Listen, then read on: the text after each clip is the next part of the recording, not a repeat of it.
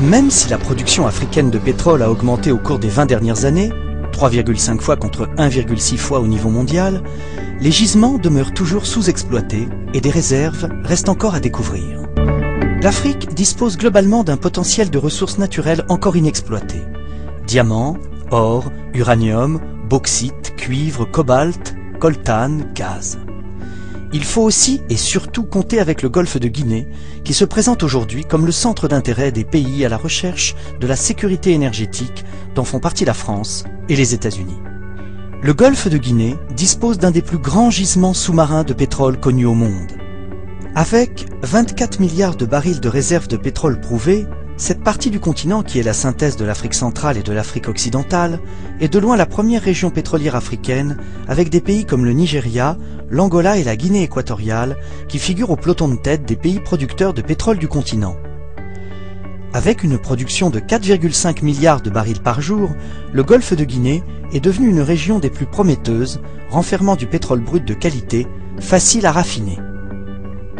La forte attractivité de cette région suscite des convoitises de plus en plus grandes de la part des consommateurs.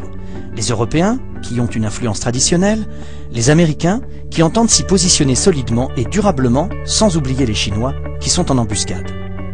Ces gisements offshore, présentant alors l'avantage d'être protégés des conflits armés de la région, garantissent une production relativement constante et sûre des exportations plus faciles vers l'Europe et les États-Unis. Le golfe de Guinée émerge donc aujourd'hui comme un nouveau centre de gravité énergétique et devient désormais le théâtre d'influences mutuelles entre la France et les États-Unis. L'enjeu du continent africain pour les États-Unis, c'est pas simplement le pétrole. Ça serait le pétrole. Les États-Unis en Afrique pour le pétrole. Franchement, moi je vais vous donner l'exemple de Doba. Eux, effectivement, ils ont une carte de l'Afrique, c'est vraiment les oléoducs. Quand c'est le pétrole, eux, ils exploitent le pétrole du golfe de Guinée. Ils veulent augmenter leurs importations du continent africain de 15 à 25% pour être moins dépendants du golfe Persique. Donc ils veulent le golfe de Guinée. Ils s'intéressent au pétrole en Côte d'Ivoire comme ailleurs. Mais vous savez, ils n'ont pas de lien affectif sur le plan avec l'Afrique, en dehors de Roots et Racine et autres des Américains d'origine africaine. Mais regardez ce qu'ils font au sud du Tchad. Vous avez une base qui s'appelle la base de Doba, qui est exploitée avec un des gisements comme Exxon. On n'en entend jamais parler. Ils sont là entre eux. Quand vous prenez l'avion de Paris pour N'Djamena, vous avez des gros Texans dans l'avion avec leur chapeau, avec leurs cuisiniers philippins. Ils arrivent à N'Djamena, ils prennent leurs trucs, on les amène ensuite à Doba. Ils verrouillent bien toute la base. Ils pompent le pétrole. Le jour où il n'y aura plus de pétrole, ils vont boucher le truc et ils vont partir, vous n'en entendez plus parler.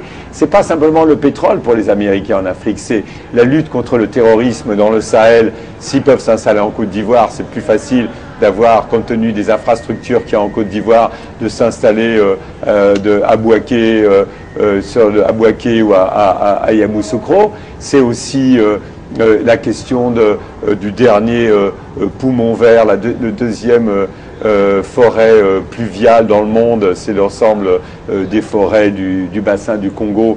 Une fois tout le monde aura rasé l'Amazonie. Et pour eux, c'est une question que maintenant, ils considèrent que la France, il n'y a plus de précaré français puisque c'est plus gendarme de l'Afrique. Et eux, ils préparent la rivalité avec, pas les Européens, mais la rivalité avec la Chine. Demain, le véritable enjeu du continent africain, ça ne sera pas la petite France qui sera devenue un pays musée avec les nordistes, les néerlandais, les anglais qui sont venus acheter des maisons dans le sud parce que tout le monde trouve ça très sympathique de vivre en Provence. Mais la France sera un pays musée. Et par contre, le véritable enjeu, la guerre, ça sera avec Inde, Brésil, Chine, États-Unis, sur un continent qui est le dernier continent où vous trouvez des recherches aussi rares que les terres rares qu'il y a uniquement en Chine, tout le monde les veut, le lithium, le coltan, pour on a tous avec nos portables, maintenant on en a tous 3 ou 4. Je veux dire, tout ça, c'est les matières rares, on les trouvera qu'en Afrique, et c'est un continent inexploré. À partir du moment où ça a été la fin de la guerre froide, tous les intérêts ont pu s'exprimer, je dirais, certes secrètement, mais librement. Et donc, pour des raisons politiques et pour des raisons économiques. On a bien vu que les anciens partages qui dataient donc des périodes coloniales étaient considérés par d'autres puissances comme étant complètement dépassés. Et donc, notamment, les États-Unis ont estimé que le précaré c'était fini. Et donc, ce que j'essaie de montrer, c'est des problèmes de rivalité très fortes entre les grandes puissances qui ne s'attaquaient pas pendant de nombreuses années après la Deuxième Guerre mondiale à cause de la menace soviétique. À partir du moment où il n'y a plus de menace soviétique, les anciens amis, et toujours amis, ont pu s'affronter secrètement en Afrique. La marine américaine, avec l'USS Nashville, navire de guerre de 17 000 tonnes et ses 420 membres à bord, déclare officiellement vouloir renforcer la sécurité dans la région affectée par la piraterie, le trafic de drogue et les attaques contre les installations pétrolières. Et le BPC Tonnerre de la marine française navigue dans la région. L'ambassadeur de France au Cameroun, Georges Serre, parlera d'une veille internationale contre un fléau qui gêne les activités normales de commerce et de production de richesses. Redoutant de plus en plus d'être bousculée dans son précaré par les Américains et les Chinois, la France décide de passer à l'offensive. Elle veut coûte que coûte réaffirmer sa présence dans ses ex-colonies. Chacun y va de sa stratégie. Les pays du Golfe de Guinée, pour leur part, joueront essentiellement sur la concurrence américano-européenne pour l'accès aux ressources de l'Afrique. Ces États qui, comme la Côte d'Ivoire, partent de la bordure occidentale du continent africain au cap de Bonne-Espérance en passant par le détroit de Gibraltar, renforcent ainsi leur pouvoir de négociation face au maître, le colonisateur d'hier. L'idée du précaré connaît peu à peu l'essoufflement.